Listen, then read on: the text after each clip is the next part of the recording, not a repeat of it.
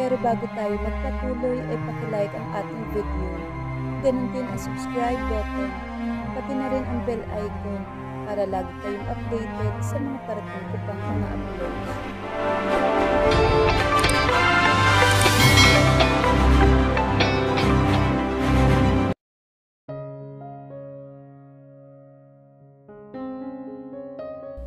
Ngayon ay isang linggo na lamang at ika-6 na buwan na ng pagsasama nila ng asawa, and it only means one thing, maghihiwalay na sila pero hindi siya makakapayag.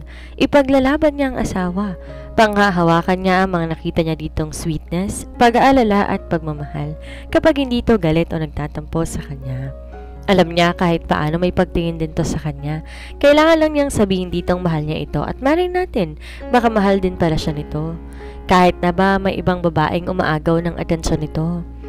Basta malaman lang niyang may damdamin ito sa kanya kahit kaunti ay sapat na sa kanya. Kaya ngayon nag-half day lang siya sa opisina. Sakay ng taxi papunta siya ngayon sa kumpanyang pinagtatrabahuhan ng asawa sa San Sebastian Tower kung saan naroon ang corporate office ng mga businesses ng pamilya, ang San Sebastian Group of Companies. Hindi nito alam na pupunta siya. Di na siya makapaghintay mamayang gabi pag uwi nito. Alam niya gagabihin na naman to at malamang hindi siya kausapin at di niya na kaya ang ganon. Once and for all kakausapin niya ito. Hihingi ng tawad sa kung anumang kinagagalit nito at sasabihin niya na dito na mahal niya ito at na ayaw niya nang magkahiwalay pa sila.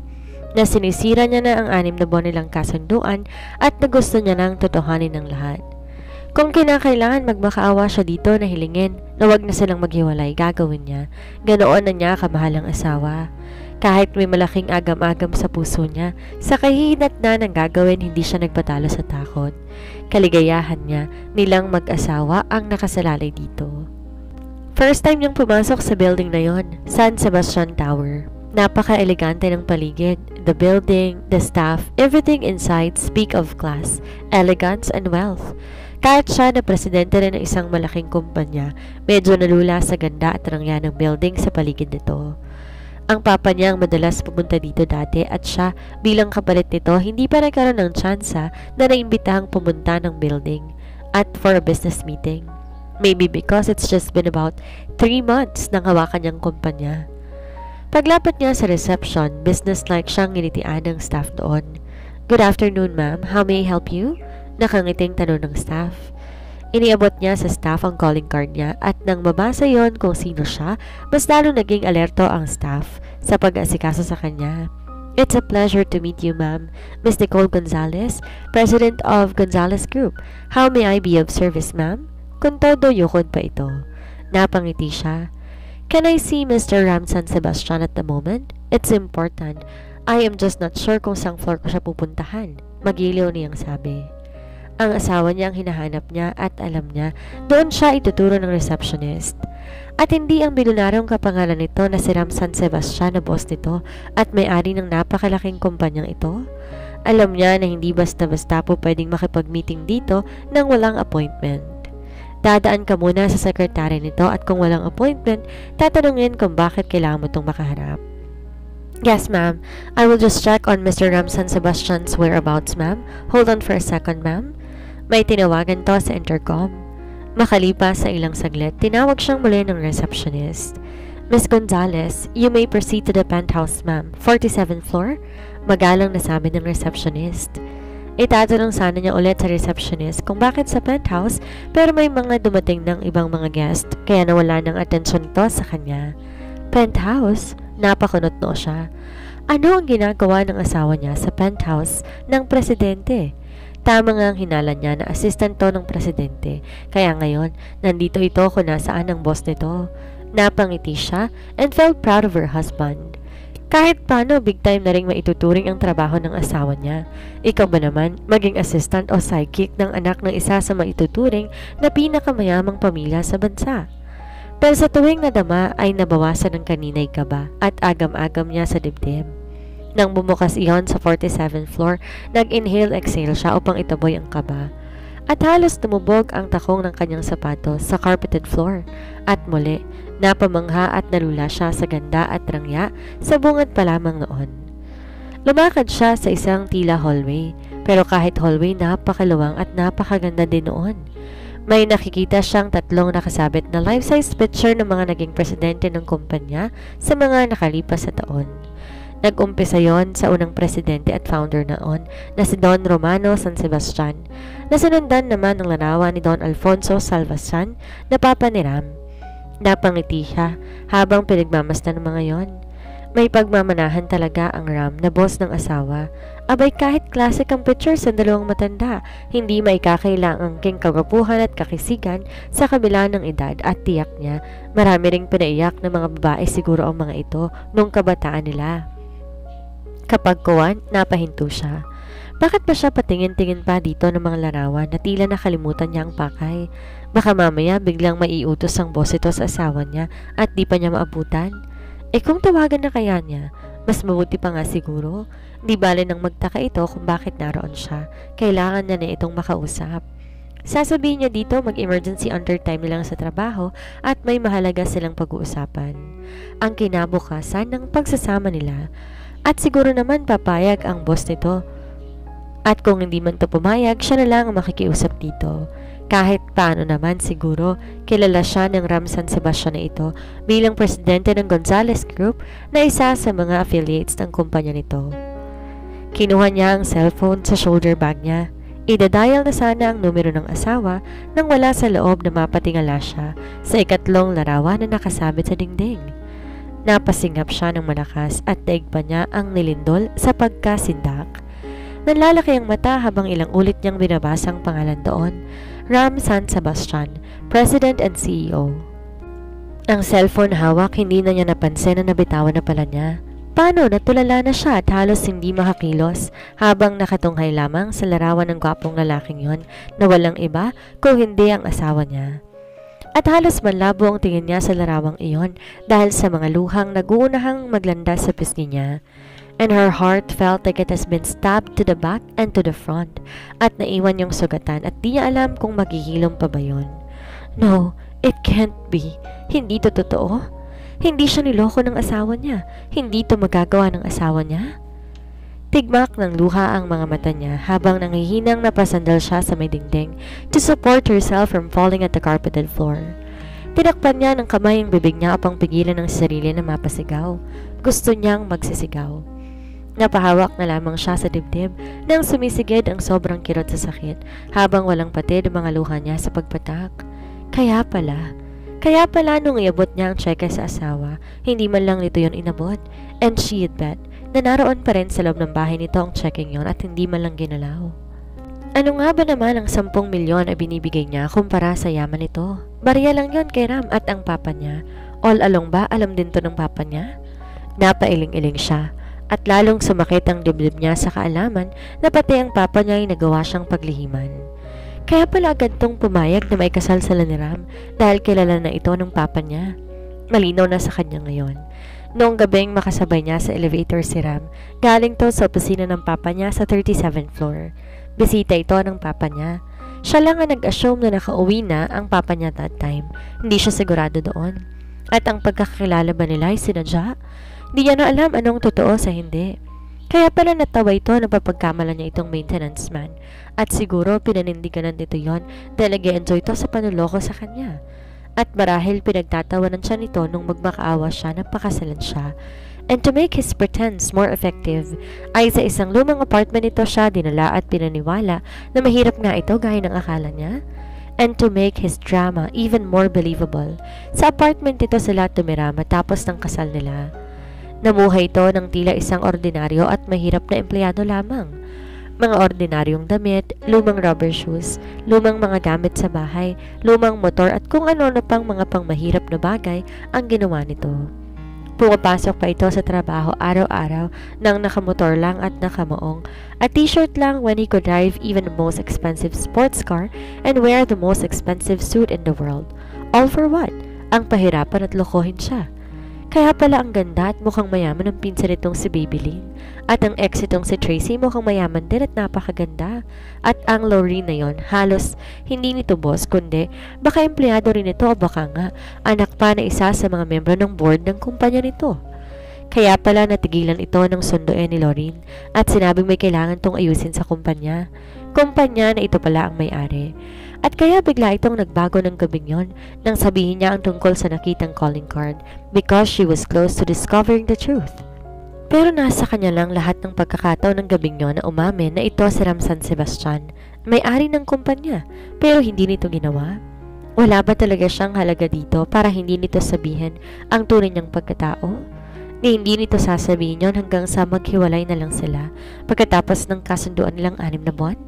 At wala na ba itong magawa sa buhay na sa sobrang yaman nito ay nagawang manloko ng ganito? Nag-enjoy ba to nagampanan ng isang mahirap at ordinaryong empleyado lang na may babaeng nag-alok ng 10 milyon at nagmamakaawang pakasalan nito? Oh Ram, bakit mo ako niloko ng ganito?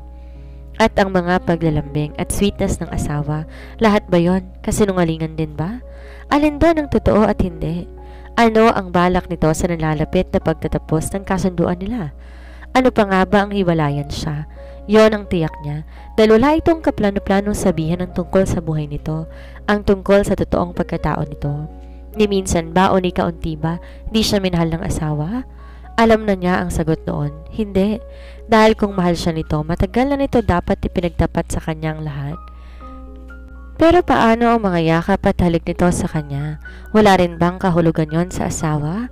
He is a man. Maybe it was just lost on his part. Pero ayaw maniwala ng puso niya na ganun nga. Because deep inside her, alam niya at umaasa siya na ang bawat haplos, halik, yakap, lambing at pag-aalala ng asawa ay dahil sa mahal na rin siya nito kahit paano. Pero hindi siya sigurado doon. Sa gandang lalaki nito at yaman nito, kahit sinong babaeng magugustuhan nito ay makukuha nito at tiyak niyang isang salita lamang nito maninlukod ang sino mang babaeng magustuhan nito. Pero bakit ganon? Yes, nasasaktan siya sa nalamang panloloko nito, pero bakit mahal pa rin niya ito? Nasasaktan siya dahil mahal niya ito at nasasaktan siya dahil hindi niya alam kung mahal siya nito? Here is your chance. Ngayong nalaman mo ng lahat, tanungin mo siya mismo kung bakit nagawa kanyang lokohin ng ganito. At tanungin mo siya kung mahal ka ba niya. Dahil siya, mahal na mahal mo siya kahit nasasaktan ka sa nalamang panloloko niya. Nakanda kang patawarin to? Inamig niya ang sarili, pinunasan ng mga luha. Tama, narito siya upang ipaglaban ang damdamin para sa asawa. Kahit niloko siya nito, mahal pa rin niya ito. Hindi yun mababago? Siguro may dahilan to at di siya pwedeng mag-assume ng kung ano-ano. Aalamin niya rito mismo ang dahilan nito. Kung sabihin nitong hindi siya nito mahal, hindi pa niya alam kung kakayanin niya. Baka magmakaawa na lang siya na sabihin ditong mahalin din siya nito. With that, sinikap niyang lumakad ng normal papunta sa opisina nito kahit nangihina ang mga tuhod niya. Nang nasa tapat siya ng isang pinto na nakalagay na Office of the President and CEO Ram San Sebastian, bigla siyang lanlamig at tila hinampas ang dibdib niya sa kaba. Bahagyayong nakaawang. Nang hawakan ng siradura, ngani-ngani niyang gustong tumakbo palabas, lumayo sa lugar noon. Naduduwag siya. Di niya alam kung kaya bang tanggapin ang anumang sasabihin ng asawa. But it's now or never. Pero nang buksan niya iyon, higit pa sa pagkasindak at kirot sa puso ang nadaman niya kanina, nang nadaraman niya ngayon sa nasaksihan. Kung kanina sugat lang ang tinamo niya. Sa nalamang panloloko ng asawa, ngayon tuluyang nawasak yun dahil ang asawa niya may kahalikang babae. Nasa kandungan nito, nakayakap sa leg niya at masuyong nagkahalikan. At nang magangat na mukha ang babae at pagkatapos maling humalik sa asawa niya, napasinghap siya ng malakas. Ang balak na pagtakbo hindi niya magawa. She was so shocked she couldn't barely make a move. Nandun lang siya, tulalang umiiyak, nakatingin sa asawang may kahalikang ibang babae. Napalakas yatang pagsinghap niya dahil lumingon si Ram sa may pinto at muntik masubsob si Lorraine dahil natulak nito ang babae ng alisinto sa kandungan at mabilis na kalapit sa kanya. Nikki! Si Ram na nang tangka siyang hawakan ay mabilis niyang nasampal ng malakas sa pisngi. At kahit nanghihina, nagawa niyang tumakbo palabas ng opisina nito. Halos hindi siya magkandatuto sa pagpindot sa elevator, pero sa malas nasa ground floor pa iyon, kaya maaabutan siya ni Ram. At di niya alam kung saan banda ang fire exit. It must be somewhere around here. Alam niyang ayaw maabutan siya ng asawa. Hindi niya kayang sakit. Nagpapalingalinga siya upang hanapin ang fire exit na bigla siyang hapitin ni Ram at ikulong sa mga bisig nito. Nikki, I'm sorry. Oh, sweetheart, please talk to me. Ang nahihirapang sabi ni Ram. Let me go. How dare you, Ram San Sebastian? Anong kasalanan ko sa'yo at niloko mo ko ng ganito? Habang ang mga luha niya ay walang patid sa pagpatak. Pilit siyang nagpupumiglas, ngunit hindi man lang to natinag. Mas lalong hinigpitan ng pagkakayakap sa kanya at hindi siya makawala. Sweetheart, I'm sorry. I did not mean to hurt you. I'm sorry hindi ko nasabi agad kung sino ako. Natakot ako na baka magalit ka. I was looking for the perfect timing. Perfect timing? Kailan? Sa araw ng paghihiwalay natin, yun ba? Iniisip mo bang hindi kita pakakawalan oras na malaman kong isa kang napakayamang milyonaryo? Siguro pinagtatawanan mo ako nung alokin kita ng 10 milyon para pakasalan ako. Gayong barya lang ang halagang yon sa yaman ninyo. No, sweetheart, no, hindi ganun. Umiiling na sabi ni Ram. Ang mga mata ay namumula na as tears started to form at his eyes. You had a chance to tell me nung tanungin kita tungkol sa calling card but you never did. Ano, nag-enjoy ka ba na pagmukhain akong tanga? You even rented an apartment for your scheme at doon mo ko pinatira. Ano? Para pahirapan at pagtawanan at may back? And look at you. Hindi ka ba nahihirapan? Araw-araw, umaalis na nakamaong at t-shirt lang. Pagkatapos, dito magbibihis ng mamahalin mong business suit. At pag uwi, gano'n na naman. Magpapalit, sasakay sa lubang motor. Ginawa mong lahat ng yun para lokohin lang ako. Wala nang patid ang mga luha niya. No, sweetheart. Hindi ko intensyong pahirapan ka at lalong di kita pinagtawanan. Huwag mo na akong lokohin, Param, at ang papa all along, alam ba niya? Tumango ito. It must be. Tell me, kilala mo na ba ako nung magkasabay tayo sa elevator?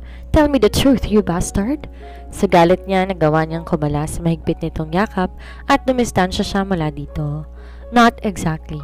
Galing ako sa papa mo dahil gusto nga daw niya ako ipakilala sa nag-iisa niyang anak na si Nicole Gonzalez. Your father and my father are combatres and best of friends, and they are matchmaking us, at di pa nila nakikilala, kaya ayaw ko. And I don't want to get married yet, kaya na magpunta ako, ganun ang ayos ko. Lumang damit, rubber shoes para pag nagkita tayo ma-turn off ka sa akin. But your father had an important meeting to attend to, hindi ko siya naabutan. Galing ako sa apartment no ng kabarkada ko na nagkataong umuwi ng probinsya.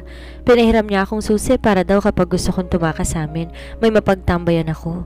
Kaya doon kita sinama na magkakilala tayo. Noon ko lang din nalaman ikaw palang anak ni Tito Armando nang sabihin mo ang pangalan mo. At nang alukin mo ko ng kasal, aaminin ko na amuse ako pero nang itaboy kita palabas noon dahil ayokong pumayag sa gusto mo na guilty ako. Hinanap kita at nang makita kang umiiyak sa waiting shed, di ko alam kung ba't sinabi ko yon na puntahan natin ang future father-in-law ko. I can't bear to see you crying then, sweetheart, kaya nagawa ko yun. Ang kasalanan ko lang, pinanindigan ko ang pagiging mahirap. Nasaling ang pride ko nang alokin mo ko ng 10 milyon. Dahil ba mahirap lang ako, kaya mo akong bayaran ng ganun lang? At nasaktan ang sabihin mong luma lahat ng gamit sa bahay ko, kaya ginawa ko yon. Sabihin ang kondisyon ko na sa apartment ko tayo titira, but other than that, wala akong intensyong masama, Nicole. Mahabang paliwanag nito. Kung di lang siya nagagalit ngayon dito, baka napangiti siya sa sinabi nitong nagdamit to ng luma at mukhang mahirap para ma-turn off siya. Di man ito alam na halos mapanganga siya sa una nang masilayan niya ang kagwapuhan nito. Hindi ko na alam ang totoo sa hindi, Ram. And your touches and kisses, were they really true? Or was it just lust? Tell me. Hiyaw niya dito. Oh no, sweetheart. Lahat ng mga halik, haplos at yakap ko ay totoong lahat. I love kissing you, sweetheart. He tried reaching her, pero iniwas niya ang sarili. Oh yeah, just as you love kissing that woman, and don't you dare touch me, you bastard. Hindi baling naglihim to ng pagkatao nito at matatanggap pa niya, pero magkaroon to ng ibang babae, hindi niya kaya tayatang tanggapin. I can explain. Siya ang humalik sa akin, sweetheart. Please believe me. Nagpapaunawang sabi ni Ram. She smiled bitterly. Yes, kaya pala nakakandong pa siya sa'yo at nakayapos sa batok mo na parang gustong gusto mo naman. Ano, kung di pa ako dumating, baka kung saan umabot yung panghahalik niya sa'yo. Please believe me, sweetheart. Oh, Nikki, please listen to me. Ikaw lang ang gusto ko. Pinilit niya ako. Pinilit? You keep lying to me, face. Gayong kitang-kita ko kung paano mo tinugon ang mga halik ng babaeng yon. At malay ko ba kung matagal nyo na tong ginagawa sa likod ko. You disgust me, Ram San Sebastian. Yung paglilihim mo ng pagkatao mo mapapatawad ko pa, pero ito, ang magkaroon ka ng ibang babae habang kasal ka sa akin, hindi ko yata kaya. Sa bagay, siguro nga laro sa yung kasal natin kasi may kasunduan lang tayong 6 na buwan. At siguro din inip na inip ka nang matapos ang 6 na buwan nang sa gayon malaya na kayo ng babae mo. Umaalo na ang dibdib niya sa sobrang galit. Hindi ko siya babae, mariing tanggi nito. It doesn't matter anymore, Ram. I don't care anymore. May 6 na araw na lang ang pagsasama natin, at least man lang, tapusin natin yun. Maghiwalay na lang tayo ng maayos. Don't worry, doon pa rin naman ako uuwi sa apartment mo hanggang sa matapos ang kasunduan natin. Bahala ka kung uuwi ka doon ngayong gabi, dahil ako doon pa rin ako uuwi, dahil marunong akong tumupad sa usapan. Noon naman bumuka sa elevator at agad siyang humakbang upang pumasok na doon. Sweetheart, I'm sorry. Please don't do this. Ikaw lang ang gusto ko. Ikaw lang ang mahal ko. Inawakan siya ni Ram sa kamay. Marahas niyang hinila ang kamay niyang hawak nito. Now you're saying you like me and you love me. Para ano? Para patawarin kita? Kung mahal mo ko, bakit mo ko niloko? At kung mahal mo ko, bakit may ibang babae? Tila sasabog na ang dibdib niya sa sobrang sakit noon. Oh God, ang tagal niyang hinintay na sabihin nito sa kanyang mahal siya nito. Pero bakit ngayong sinasabi nito yon, hindi niya makuhang sumaya? Dahil hindi niya alam kung paniniwalaan niya ito. Dahil sa nasaksihan na may kahalikan tong ibang babae. Dahil kung mahal siya nito, dapat siya lang. Dapat walang ibang babae. No, sweetheart, it's the truth. I love you, Nikki. Si Ram na tila nawawalan na ng pag-asa, hindi alam kung paano papaniwalain ang asawa. Kinabig siya nitong muli, but Ram froze nang itulak siya ng asawa. Hatred in her eyes. I don't know what to believe anymore, Ram. Nakakapagod mag-isip. Aniya sa malamig na tinig. I think we're done talking here, Ram. And please do me a favor, wag mo na akong susundan. Matigas itong sabi. At tuluyan nang pumasok ng elevator. Nang sumarayon ang lulumong napaupo sa sahig si Ram, and his shoulders shook as silent tears rolled down his cheeks. She went home to an empty house gaya ng damdamin niya. Everything was emptiness. Maaga siyang umuwi. Wala pang 8:00 na sa bahay na siya. Pagkagaling sa opisina ni Ram, naglibot muna siya sa mall, umaasang malilibang at mawawala ang sakit. Oo, at nalibang siya pero hindi naman nawala ang sakit. At ngayon, 1:00 na ng madaling araw. At kahit inaasahan niya ng hindi uuwi ang asawa, nalungkot pa rin siya. Nasa sala siya, kumakain ng binili niyang ice cream kanina sa convenience store. Panay ang singhot at punas niya ng luha habang kinakain ng paborito niyang avocado macchiato flavored ice cream. Kanina pa rin niya hinihintay tumunog ang cellphone niya, umaasang tatawag o magte-text ang asawa. Iiyak-iyak ka ngayon, samantalang di mo naman siya pinakinggan kaninang sinasabi niyang mahal ka niya. Labis lang ako nasaktan, kaya ako nasabi ang bagay na yon, pero mahal ko siya at gusto ko siyang paniwalaan na mahal nga niya ako. Yan naman pala, ano pang hinihintay mo? Tawagan mo siya. Sabihin mong mahal mo siya at umuwi na siya. Napahinto siya sa pagkukutsara ng ice cream. Binitawan nito yon at kinuha ang cellphone. Nagdingning ang mga kamay, dinayal ang numero ng asawa. Nakatatlong ring na siya pero walang sumasagot. Sa ikapat na ring sinagot na nito yon, pero muntik niya nang mabitawan ng cellphone nang marinig ang tinig ng isang babae. Babae ang sumagot noon. Sinong babaeng to na may hawak ng cellphone ng asawa niya ng ganitong oras ng gabi? Hello, Miss Tan? Sabi ng babae sa kabilang linya. Medyo pamilyar sa kanya ang boses nito at nagulat siya sa sinabi ng babae na pangalan niya. 10M? Yun ba ang nakaregister na pangalan niya sa cellphone ng asawa? Hindi niya alam kung magagalit ba siya o matatawa dahil nung una silang nagkakilala, inalok niya ito ng 10 million. Kaya yun marahil ang nilagay nitong pangalan doon. How unromantic naman na pangalan para sa asawa nito. Hindi man lang my sweetheart o kaya Nikki. Bigla siyang nainis. Di talaga siya importante para sa asawa.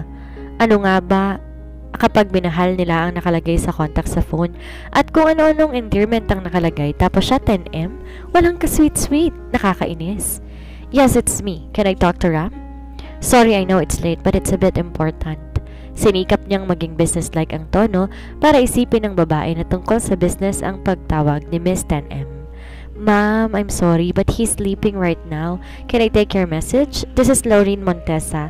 I'm one of his department managers. Business-like din itong sagot.